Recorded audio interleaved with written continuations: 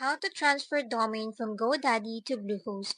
Hey guys, in today's video, I am going to show you how to transfer domain from GoDaddy to Bluehost. Let's get started.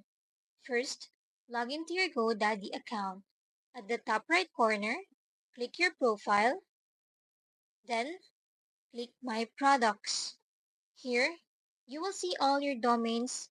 Choose the one you want to transfer. Then, click Manage.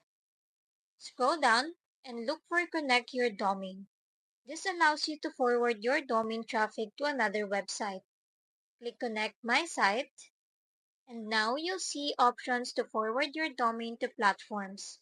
If you don't see Bluehost here, don't worry, scroll down and select Forward to any site. Now, head over to Bluehost. If you don't have a domain set up yet, click up Domains, type in your desired domain, and click Search. Once you find a domain you like, add it to your cart and purchase it. After purchasing, switch back to GoDaddy. In the Connect My Site field, enter the URL of your Bluehost domain. When you click Connect, a window will appear confirming that you are forwarding your GoDaddy domain to your Bluehost site. And that's it. You have now learned how to transfer a domain from GoDaddy to Bluehost.